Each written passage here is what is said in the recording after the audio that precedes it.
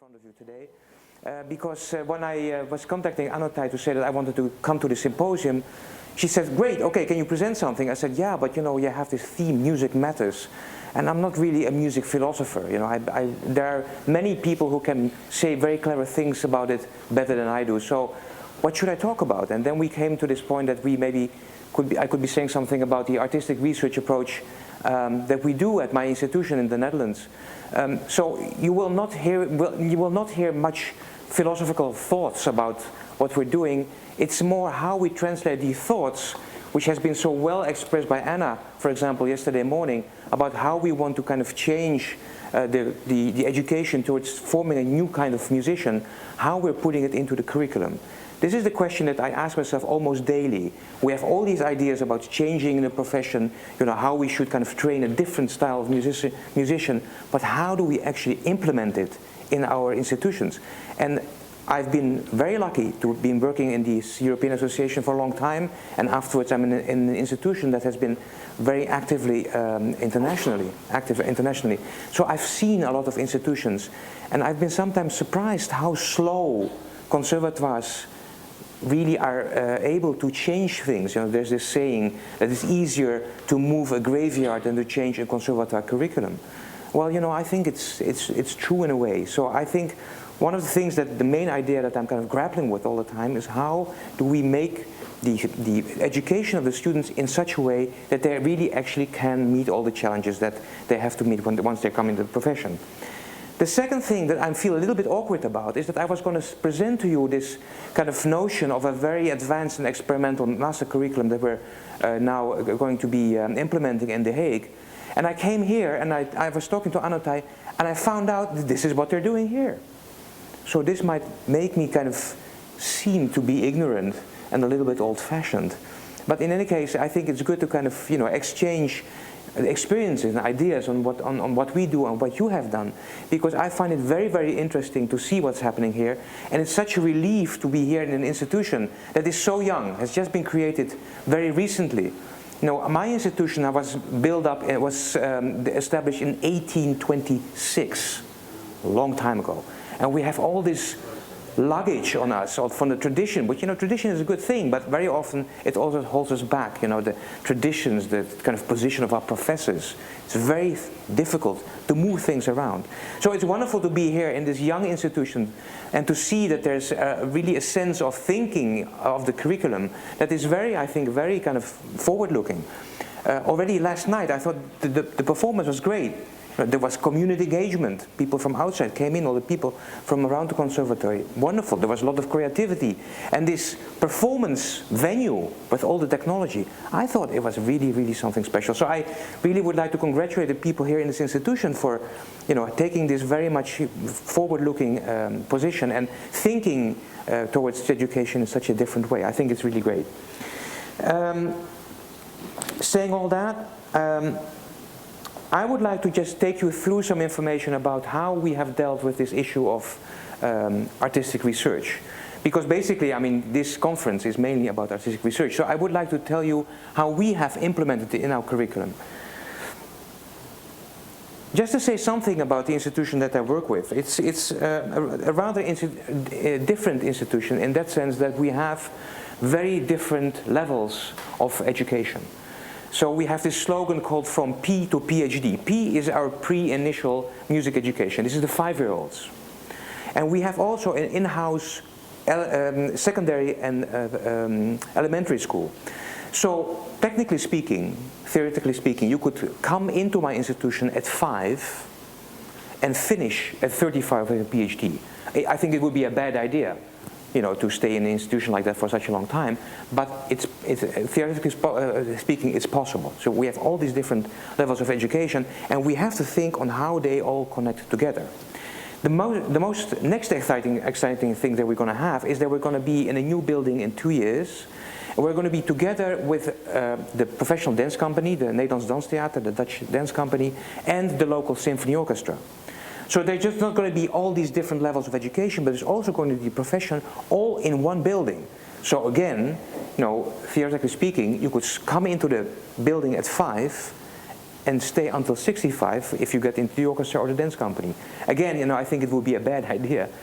But again, I think it would be possible. And I think that it's going to give us a lot of opportunity and possibilities to see what will happen once we're in the same building, also with some professional music organizations.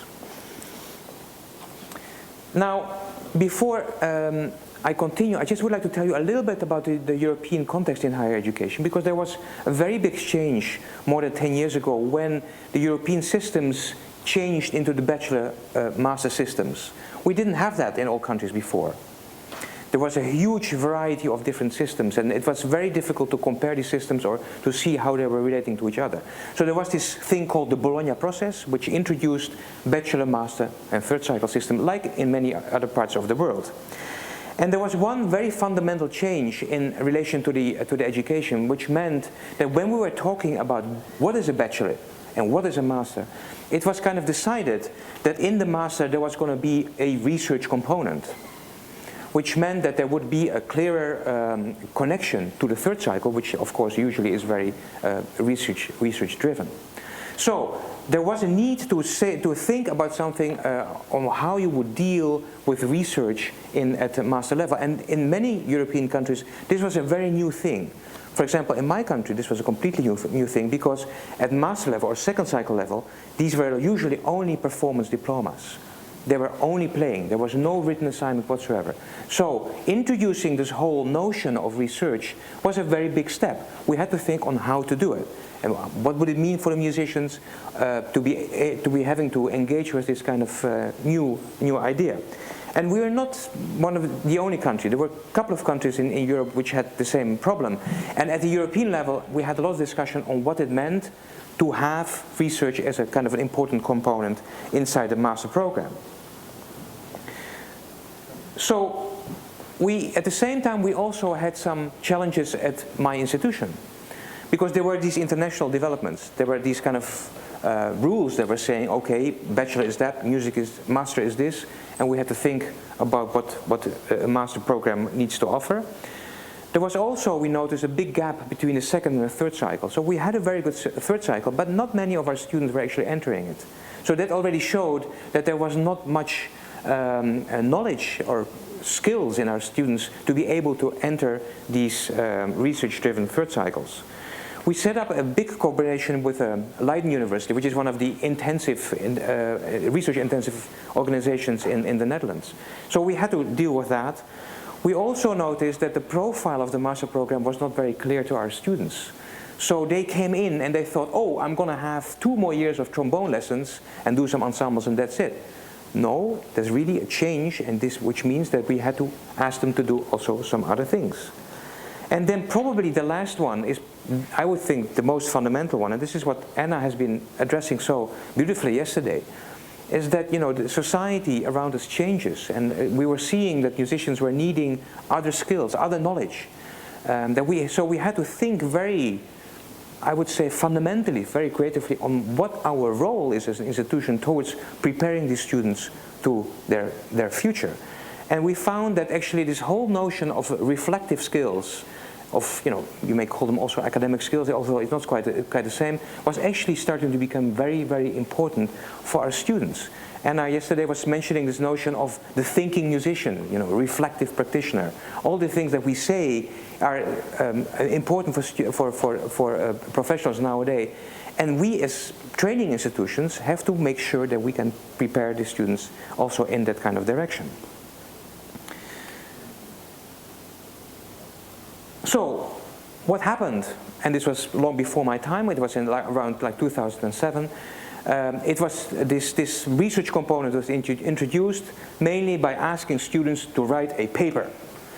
And they were given a research supervisor, so they had kind of to look into certain things, write a paper and present it at the end. And we also introduced these master electives, which were all connected to certain research topics. Now you may think, okay, you know, what's new about that? Because many institutions around the world are already doing that. You have to write a thesis at the end of your master. What's the big deal? Well, the big deal was actually that this is not something that we had been doing before. So this was a big change for our students to take on. But we were immediately running into trouble. students were complaining because they said, okay, why do I have to do this? It's not clear to me. Can you please explain to me what I have to do? They were seeing it really as something extra. They had their playing, which they were very focused on, but then they had to do this research component. They didn't know exactly why, and there was just not a very high buy-in. Teachers were complaining. They were saying, oh, but you know, our students, they have to practice piano 8 hours a day. They don't have time for research.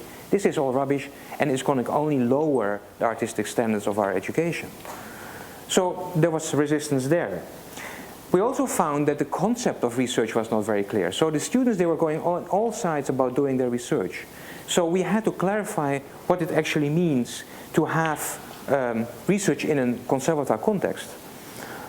And then the format of the research output was also not very clear. Many students thought that they had to write big texts. They had to read many books. And because, you know, if you talk about research, it has a connotation, this word research. And this was creating a lot of confusion. So we had to think of, you know, what to tell to the students or what we were expecting to do in terms of research output. So what we did, first of all, we looked at our teachers. And we started to engage with our teachers in a different way. We gave them the opportunity to do master program themselves. Because in many European countries, the teachers in the conservatoires don't have master degrees. They have the old-fashioned diplomas, which usually didn't have you know, research components. So we offered them the opportunity to do a master program, which means a research project themselves, and we formed all kinds of research groups. In the beginning, you know, the teachers said, oh, but I don't need any kind of further education, you know, this is... But some of them tried, and then they talked with each other, and we gave them a lot of opportunity, a lot of support.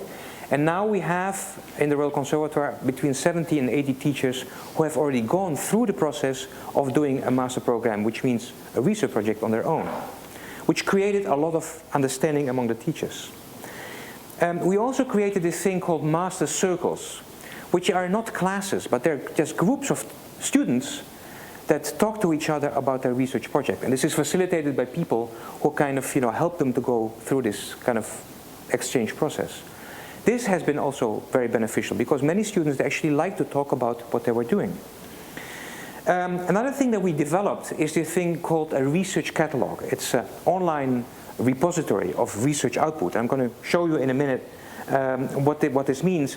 But what we found is that this notion of a research paper was actually also confusing. Because, you know, again, the students, they were saying, oh, I have to write this academic paper. So they think, well, 200 pages, you know, very complicated stuff. But in fact, when you connect it to artistic research, then maybe it's not necessary to write huge texts, but you can have a different kind of output. So what we ask students to do now is they have two possibilities. They can write or they can make a research exposition, which I will show you in a minute on the research catalog, which is a combination of text, videos, sound clips, you know, scores. They can all put it online.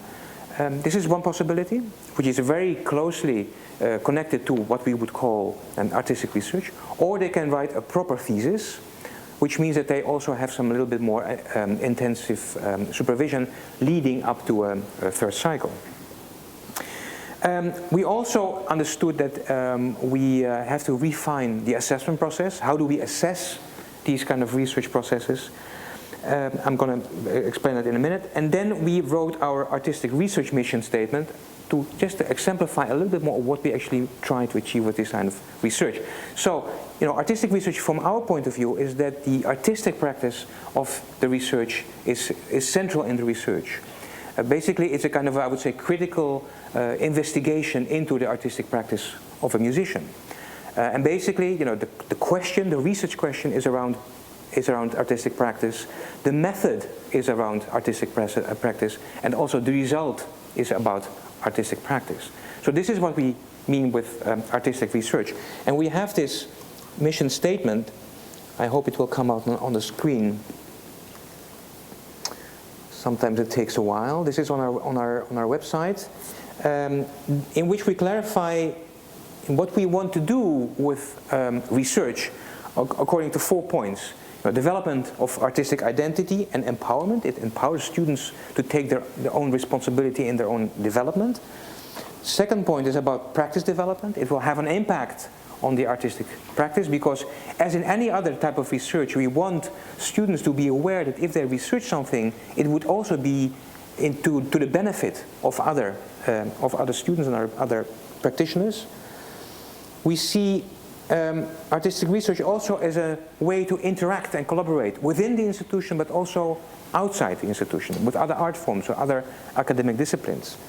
And then finally, and this I think is also very interesting and very important, is that we see research also as a way to transform the conservatoire. We address, issues that can help the conservatoire to change and to reflect on its role in society. So these are the 4 points that we wrote down in this mission statement. Just about the assessment, because I think this is very, very important. What we decided to do is that we, at the end of the master, the students, they are asked to do a 45-minute presentation. And they have to play and they have to talk about what they have done in the research, and this is finalized with a kind of a discussion with the audience. We had to really, what was very interesting, we had to really insist a little bit with the students that they were going to be playing in these presentations. So this whole concept of the lecture recital, where they would be playing and talking at the same time, was a challenge. And this is one of the things that we learned the students to do in those master circles. So we give them all kinds of tools to how to go about doing a lecture recital. One other thing that we introduced was a panel which consisted of international examiners. So in this whole week, where we have all these kind of research presentations, we invite people from other, they can be from Singapore, they can be from Australia, from Paris, London. We invite people from outside to kind of tell us how we do. Because sometimes we do things in institutions and we're not really aware on how it kind of relates to other institutions. So we find it very important to invite people from other institutions to come to us and tell us what they think.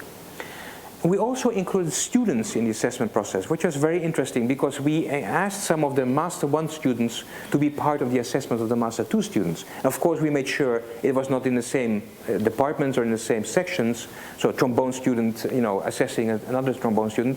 So we had a little bit of a mix between departments, and this was very, very interesting because first of all, the Master 1 students suddenly understood what we were expecting from them, and then on the other hand, it was very good to have the feedback from the Master students inside this assessment process. So that was something that was very successful. And then we also created some new assessment criteria. You can see them here. If you want, I can send them to you if that would be of interest. But these were the kind of 3 categories that we ask in the assessment to look at: relevance, project design, and then argumentation, documentation, and presentation. And one of the very important things, of course, we want to see is that there's an integration with the artistic development of the student. Now, just a little bit of information about this research catalog, because I think this is quite an interesting phenomenon. So if we say that artistic research is really about the artistic practice, and that the artistic practice is a kind of and that artistic materials are a method for that kind of research, and the output should also be in artistic practice, then we have to also offer opportunities to students to present it in a way that they can use. It cannot be just written text. So this is why this research catalog was developed. It's done by an international consortium, and we are one of the kind of leading partners in this. And we decided to, and we're so far the only institution who has done that, we decided to use the research catalog for all our master students. And by the way, maybe I haven't been clear enough about this. The system that I'm talking about now is for all our master students. So it's not a particular strand in the master program. All our performance students have to go through this process. And I think this is also something that has been significantly challenging for us. So all our students have to post their research, so I lost the word now, not paper, but the exposition, on this research catalog. And as I said, it can combine text, video, sound clips, and scores. I'm just going to show you some examples here. One of the things that we did also, because well, what we found is that everything was kind of put on this research catalog, but then it was quite difficult to find work that had already been done. So we had to think of some way of having students looking through the catalog in a quick way. So we made this word cloud with keywords that you can see here.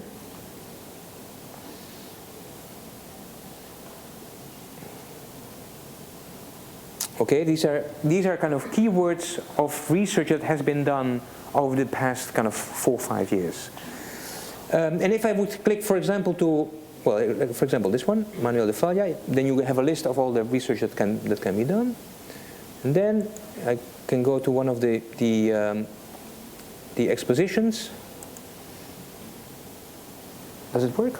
Oh, yeah, okay, well, there you go. So you can see already that it contains all kinds of images and combined with text. So for example, this one, you can see that we have text, there is scores, there are videos, pictures, there are sound clips, again scores, different examples on how these kind of things can be done together. So I can also, let me show you another one. This one.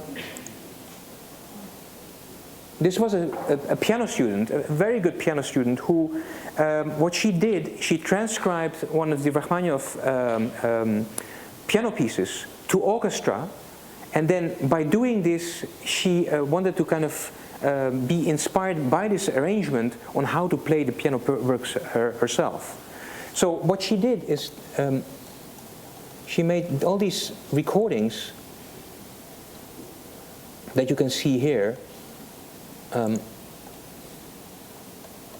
So you see, you have the scores, then you have the recording of the arrangement for the ensemble, and then finally she would play it differently. So she would explain in the text on how it kind of shaped her interpretation. So you would see at the beginning how she played it first, then the whole process of the arrangement, and then finally she would show how it had influenced her interpretation. So I think that was also a very powerful example of artistic research. So this is just to show you what is possible in this research catalog. Still, not good enough, because we were seeing that some positive developments, but still quite a few students were not just seeing this link between their artistic practice and the research they were doing. So, and also quite some teachers were also not still engaging with this principle. For example, they would never ask their students, so what is actually your research project? So this is something that we still had to think of. Then also one other thing is that we keep saying that these reflective skills are actually very important for our students to become reflective practitioners, so that they can function better in the music profession nowadays. This connection between this part of the curriculum and how the students were experiencing it once they finished their studies was not clear. So they were not seeing this as something that would help them actually to navigate the difficult circumstances in the profession. So this was another thing we had to think of. We had a huge variety of research topics, from yoga to historical informed practice of bassoon in the 16th century. And we found that we could not just offer the expertise to give supervision for all those students. That was another challenge. Another thing which was very interesting, that when they were doing the final presentations at the end of the master, actually they were all very good players. But once they were in this lecture recital situation, they didn't play that well. And this was very, we noticed that, and this is something that we need to address. So again, some component in the curriculum that we have to think of. And first we had a gap between second and third cycle, and we improved that a little bit, but now there was a gap between first and second cycle, because there were bachelor students coming into the master who said, oh, but what am I supposed to do? So this is also something that we have to think of. In the meanwhile, this is something that also I wanted to tell you, is we thought, okay, we've been going on for some years, and we would like to have a little bit of external advice. So there is this European organization called MusiQuE, Music Quality Enhancement, and it's an international external review organization. It sends teams into institutions and to review the institution or to review the programs and give advice. You know, this is not a kind of inspection or an accreditation, but this is something that can give you kind of open advice from experts in the field on an international level. So this is what we did. So we invited this team full of very clever people, and they were there for like 2 or 3 days, talking to students, talking to teachers. They looked at all our research output, and they gave us some very, very good recommendations. They said it was excellent work. And why did they say it was excellent? Because they said that in a way we were kind of leading internationally in this area. But they also made a few recommendations that we listened to very, very carefully. But in a way, this process of this external review was for us very, very helpful. So here, this is where we are now. And the next step that we're going to be taking is that we start with this now actually on Monday, when our academic year starts, is that we're going to have a fully integrated curriculum in the master. So we want students to see their 2-year master program as their own individual project. They have to write a project proposal at the beginning, and this contains 3 components: artistic development, so this is their violin, the violin playing, the research, and professional integration. And this professional integration component is now a new one in the master curriculum. So at the beginning of in the first semester of the curriculum, they have 2 intro courses. One on research, on artistic research, how to do research, and then one on how to engage with professional integration, so entrepreneurship and career skills. And once they have done this intro course in the first semester, they have to write a project proposal for the rest of their studies. And what we want them to do is to present an integrated project at the end of the master, which will have the 3 components. So, for example, it could be that students, they are going to organize a concert outside of the conservatoire somewhere, or a festival, or maybe a little tour. They have to organize it themselves, and they have to research the repertoire they're going to play, and of course prepare it well as musicians. That's one example. Or, for example, they can engage with a composition student, that they work together with a composition student from the composition department. They research the process, write it up, and then present it in a concert they're going to be organizing somewhere outside of the conservatoire themselves. Or another example, for example, could be that if the student wants to be teaching in the profession, is that they develop their own methodology of teaching during this master course, are helped on how to kind of, set it up, sell it and all that, and then present it at the end of the master program. All that we want is that by doing so, the students are going to be much better prepared for their daily practice after they're finished. Because too often, when I talk to Master 2 students at the end of their studies, and I ask them, so what are you going to do next year? They tell me, well, actually, I don't know. And if they say, I don't know, then I think we as institutions have done a really bad job. Because I think they have not really supported their interests, or we haven't showed them the opportunities they can take, build on their own talent, on what may be their next step in the profession. So this is going to be our big experiment now. There's going to be 3 types of individual coaching. There's going to be the violin lesson. Of course, we're not going to change that at all. But it will have to be, it's going to be contextualized through research supervision that the students are going to have, and there are also going to be professional integration coaches that are going to take the students through the process of how to organize a concert, or how to make your own edition, or how to market yourself in relation to this own master project. One of the things that we also had to do is we had to kind of formulate research areas. So we are not going to be taking any research subject anymore. We formulated about 7 to 9 quite broad research areas, and this is what we're going to do. So the students, they will have to also choose in which research area they're going to be active. And finally, and this is going to be, I think, the biggest change for us, we are looking for integrated ways of admission and assessment.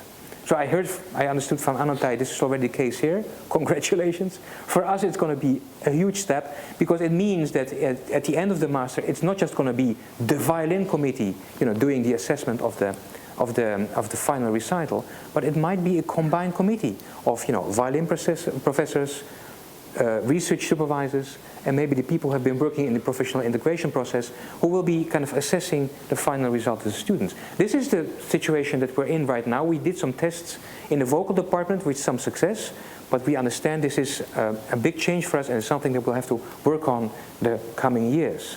Admission is another thing that is a big issue, because we had to really look into our admission processes. You know, it's not longer enough that you come in, you play for 15 minutes and then you go. You say, okay, thank you, we'll call you. No, you'll have to play and of course show your artistic abilities, but you'll have to talk to the students. They have to write something, they have to present something.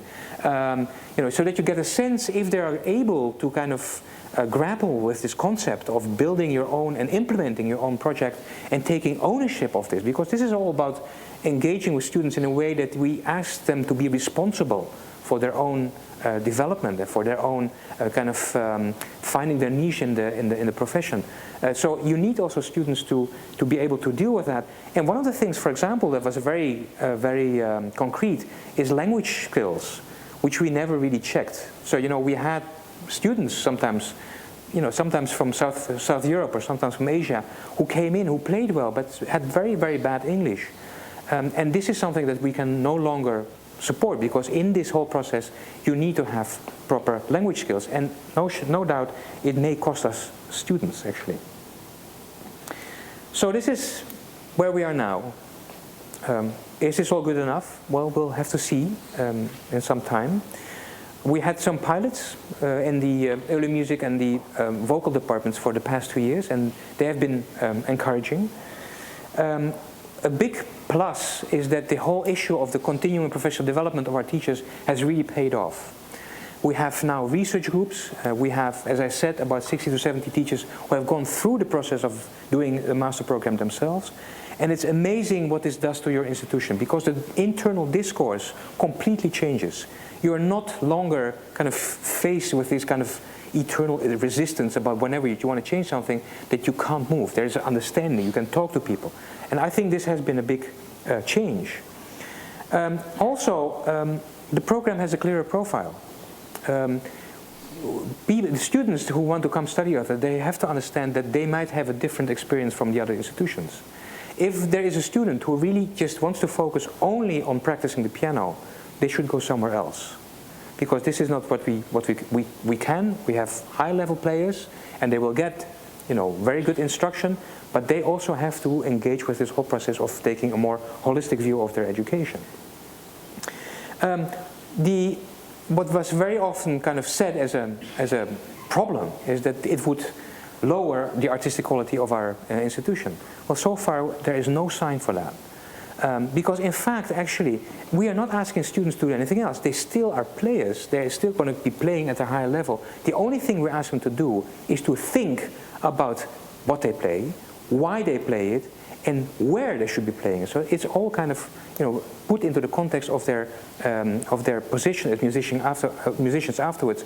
And I love the idea of Anna yesterday about the social contract. This is exactly what we mean. They need to know how to be engaging with their communities whenever they're going to be performing. We have now also more connections to the PhD program, so we ask people from the PhD program to come in a lot to give presentations, to talk to our students. This has been very worthwhile. We are also introducing basic research skills, which are already there in a sense, but we're just kind of fine-tuning them right now in the bachelor. But especially, I think, the role of the conservatoire. I mean, this kind of reflection on what we do and how we do it and how we present, you know, the education to our students in a way that makes sense to them. I think this discourse has kind of started in the institution. We have some research groups on that, and I think this has been very beneficial for our development. So, this is what I wanted to share with you today. Maybe someone has questions, or maybe someone has any advice, because this is also why I'm here. I'm very keen to hear your experiences here in this wonderful institute in Bangkok, maybe some other institutions. So if there's anybody who would like to ask something, or does it make sense to you? Do you think I've lost my mind? You know, are you happy? Are you angry? Please.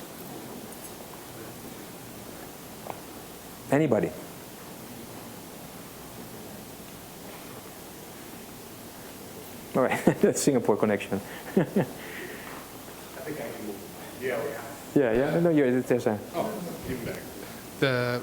You mentioned very briefly that the bachelor's is also sort of being looked at, and in your case, you've got it all the way down to 5-year-olds, which I didn't know. Yeah. When you're changing things at the top, how much do you have to sort of help prepare people for that leap? In other words, how much from the bottom now has to sort of adjust and change to help students so they're not sort of thrown in the deep end when they get to the master's level? So I know you mentioned, there's some research skills being introduced, but maybe you want to, because for us we've got the undergraduate program. Yeah. I mean, you may think that actually what we're doing at the master, shouldn't we be doing that also already at the bachelor? And in a way, I think that's true. It's all about, I mean, this one word that I've been kind of using a lot recently is the word integration. We have this kind of rather traditional, and I think many conservatoires in Europe have this traditional curriculum which is very compartmentalized. You have the main subject. What's the main subject? Main subject, and you have theory. You have all the different things. How do you bring all these things together in a way that's kind of meaningful to students, that it makes sense to them? And this whole, usually what we do as conservatoires is that when we identify a problem, we add a new course. But the rest of the curriculum doesn't change. And this doesn't make sense. It only kind of adds up to this compartmentalization of the curriculum. So what we're now looking at is actually but this is going to take a little bit longer because the bachelor is much more structured. But first of all, we want to kind of introduce more choice, and this has already a development that has been going on for the last 10 years. We already have quite a bit of choice in our bachelor program, but then also see, especially in the third and the fourth years, if you can develop ways of presentation of the students that could have all these different components of the curriculum much more integrated. And one of the things that we find very important, because we have a very strong composition and electroacoustic department, is how do you kind of develop this dimension of the performer, improviser, composer. So we want our performers to be much more creative in that sense, that we want them to improvise more, we want them to write their own music, and the other way around, composers, they should be playing their own music and should be playing, also performers. So we're going to be in the bachelor. We're going to be we have a major-minor system, and one of the things we're going to be introducing now is a minor performer, improviser, composer, which will bring together students from both performance and composition programs to work on this idea. Does that answer your question, Bernard? Now I'm in trouble because that's going to be a tough question. You've come to the right place, Martin. Yeah, that's what I found out. Because I was on some of the senior recitals here for the undergraduates a few months ago. And I must say there were some of the most moving musical experiences from undergraduates I've ever heard, because I felt the voice of the person coming through the playing. And one thing that I saw that I may not have seen so clearly, except through being here, was that the language may not matter as much as we think it does, provided you can find alternative platforms. There was a beautiful example here last year, and I will specify it particularly, a double bass player, which had very few words, but a series of really touching photographs that were a way of the listener going into the mind and experience of the player as the player was playing the program which had been brought together. And that raised, I think, some fundamental questions of how obsessed have we become as musicians, of how we tell our story in words when ultimately we're telling our story in music. So actually this quizzing of whether we have to use words to communicate, and we have to have a certain capacity. But what I saw here was, what it brought to me was a questioning of how we balance that with all of these other demands we're bringing to the student, which is they have to be able to play well, they have to be able to integrate well professionally. They will probably not write many further words. Your platform makes complete sense, but the technological opportunities that platform provides also should I hope, well, it is already, as you can see in your own work, leading to a different understanding of how we articulate, even with words, Right. but even more powerfully, perhaps, how we might articulate beyond words. And I think, as you rightly pointed out, being a young institution without nearly 200 years of history, it's been fascinating watching this school grow fast by being able to embrace where the world is now. And so, as an advice, that it's wonderful you're here, and I just wanted also to endorse what the reason I'm here too, is one learns from here. Yeah, no. Yeah. So it's a no difficult question to face. There you go. Thank you. I realize that. I think, we sometimes in Europe we think that we're on top of things, but I really am humbled by what I see here. I also went to the Leiden University, another very impressive place. Your place in Singapore is very impressive. So I think this is great, and we should be we should stay in touch and learn from each other. I think that's obvious. Yeah. Oh, Jenny. Right. Sorry, also from Singapore. No, it's Singapore. Yeah.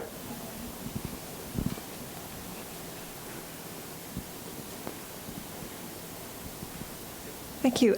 Just to follow up from Ty's comment, I think it's really fascinating that you have such a broad breadth of engagement with the community from 5 years old to 35 years old, and there could be so much opportunity there because you can then shape from within your institution how to link that up to the master's program that you're trying to develop here. Then a side point is I've been in the university sector for the last 15 years, and I completely understand how heavy it is to change certain ways of thinking and working. And now being a mother of a 12-year-old and a 14-year-old, seeing how the primary school and secondary school education has already shifted, like what seems like light years, but it's like my primary school daughter is already doing innovation projects. They are taught project management already at 10 years old. And they're doing video editing on their mobile phones. They're doing like 5-minute video with interviews and soundtracks and everything. They can do it on their phone easily. And the secondary school students are doing research projects. Yeah. So by the time they are entering university now at 18, they can already do all of these things. But yet, music institutions are still grappling with embedding a technology, internet, but the students can all do it, and they've done it since they were 10. Yeah. So, I feel you too, but the fact that you are having primary school, secondary school influence, I think that's a real opportunity there for you. Right. Thank you. Anybody else not from Singapore, maybe?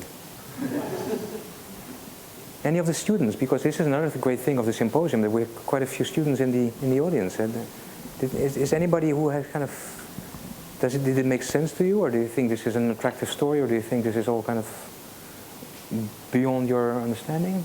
Anybody? No? Yeah, please. Maybe this way. Thank you.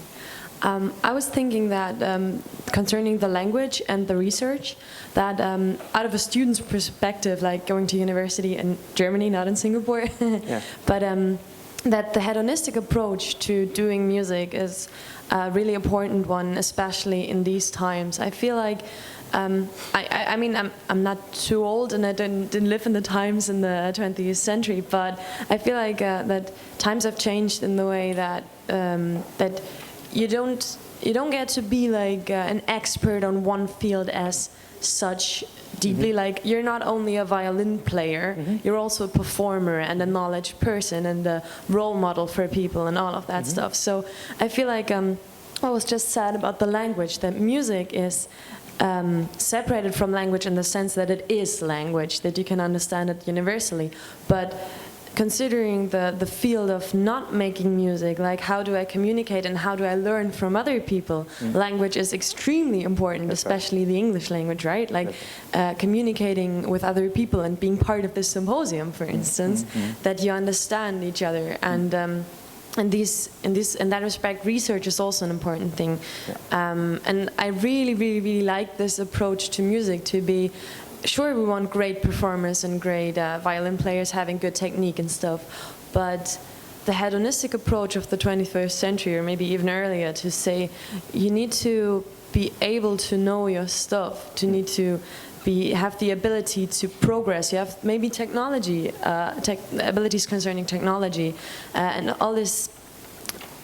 The all-round formed musician and the always progressing musician is an important concept to give to your students, and I really, really, really like that about your institution, to be able to give your students that thought of I can always progress and I can learn more and more.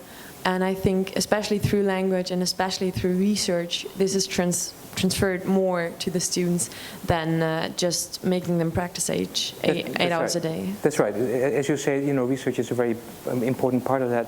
I mean, basically, and this is not something that is evident to all our people, also in my institution, other institutions. Students, we see that we want students to be musicians, not violin players or piano players. They're musicians, and I think it's a very fundamental difference to say that. So I totally agree with you. The issue of language, I think, is complicated, because I agree with what Bernard said, but you can't. We are moving away from the kind of old style, only written component, for sure, with this kind of approach with the research expositions. But you can't leave it completely. There needs to be always some kind of written, component in this whole setup. So it's finding a real good balance to that, and language is an important thing to that. Okay. Oh, right. Anotai. Thank you, Bernard, for such a wonderful comments, and thank you also for Professor Martin for such a really wonderful comment. And maybe just adding on something, when you talk already about the technology and the writing of our students, we also have difficulties in two things. First is that the word research, somehow musicians dramatizing the word research so much, and they're really scared already by hearing the word. So this could be something that maybe in the future. I don't like the idea of avoiding it, but maybe we should kind of promote this word in a different light. And the second thing is about technology. I mean, with our students, often, like from a few years that we try different things here, we found that sometimes students actually come up with a new technique in writing. For example, they might want to record themselves talking about something first, and then write a script out of that. And so they're sometimes actually doing it the other way around. And they kept proposing a new ways to actually writing out things, and sometimes they do it as a blog, sometimes they do it as a diary, sometimes they do it like a photography catalog. So we actually learning from the younger generation of how to do research in some way. At least in my case, I actually learned from them how research can be done. Well, thank you. This is very good. I mean, in the bachelor, this is one of the things that we've kind of introduced now. We have this course called Historical Development, and we asked the students to make a 5-minute clip, of the kind of result of a video clip of the result that they have done on the basis of the research. And this works very, very well. Just in relation to the word research, because this has been exactly one of my strategies, to kind of not use it too much. I mean, we've had really tough discussions. There was this flute professor who was a wonderful man who played in the Concertgebouw for many years, and a wonderful artist. And he came to me and he was really very agitated. He said, there's all this business. We're not researchers, we're performers, and this is all kind of rubbish. And so I said, okay, let's sit down, let's talk about it. And then I started to ask him, so what are you doing? What are you doing? So I'm playing. And do you have any other interests? And he started to explain to me this project that he was doing already for many years, and it was the most beautiful artistic project you could imagine. He had just never seen it as doing research. So I think there is a kind of, the connotation of the word research is sometimes problematic in our context. I agree. Yeah. Okay, I think it's almost time to go eat, but if there's still anybody to... Oh, Anna. Not from Singapore. Oh, yeah. I just thought I needed to follow up with just a couple of points, not questions or anything else, but observations. One of them is that coming together in a conference like this, you see that what we all live in is different contexts entirely. The problems that we have in any particular music institution are actually quite unique, and we have to deal with curriculum in particular ways because of governments. We have funding agendas that we have to pay attention to, and all of those sorts of things. We are all, however, similar, because what we're trying to do is to promote the concept that musicians are thinkers, that we are people that make a difference, and that we don't do it in a scattergun kind of way. We kind of do it in a very informed and very systematic way. And so I'd be proud if my graduates were able to be everything to everyone. I know that's not possible, but I want them to be aware of the possibilities that are around them, and to be able to critique that. And the other thing that I'd like to do is I'd like to apologise for the hegemony of the English language, because at the moment in the world it seems you always have to be able to be in English, to be able to explain what it is you're doing artistically and, you know, blah, blah, blah, and it's actually not the case. There are so many ways to communicate that don't belong to English, and obviously if I'm educating a Chinese musician in my Australian institution, I want them to be able to understand English so that I can chat with them and they can chat with me, but actually their work is going to be in China. They need to be able to communicate their musical ideas and the importance of their work in their own languages, as well as, you know, the other 5 languages they might have to learn. And I think taking up the comment that music is a universal language, it is in one sense because it deals with our emotional world, our the sort of cognitive background kind of world. But you can't say, can I please have bacon and eggs for breakfast using music? Yeah. We're saying quite different things. And when we hear the first talk this morning about the importance of different forms of gamelan and the different modal and you know, scale processes that go with that, it also says that music is very, very strongly culturally embedded, and what we have now is this extraordinary smorgasbord of things that can be played, can be assimilated, can be thought, can be researched. And what we are as music educators are the people who are trying to make that step and journey possible for our students, and for our students to think it's an open world and I have to be a thinking musician. So thank you for bringing up the research concept. Whatever we call it, it's what we want to do. All right, yeah. Thank you. I think with that, I think if we can close the session and go eat. Thank you very much, Anna. And thank you very much for being here and for listening to me, and thank you for inviting me to come here. Oh, thank you very much.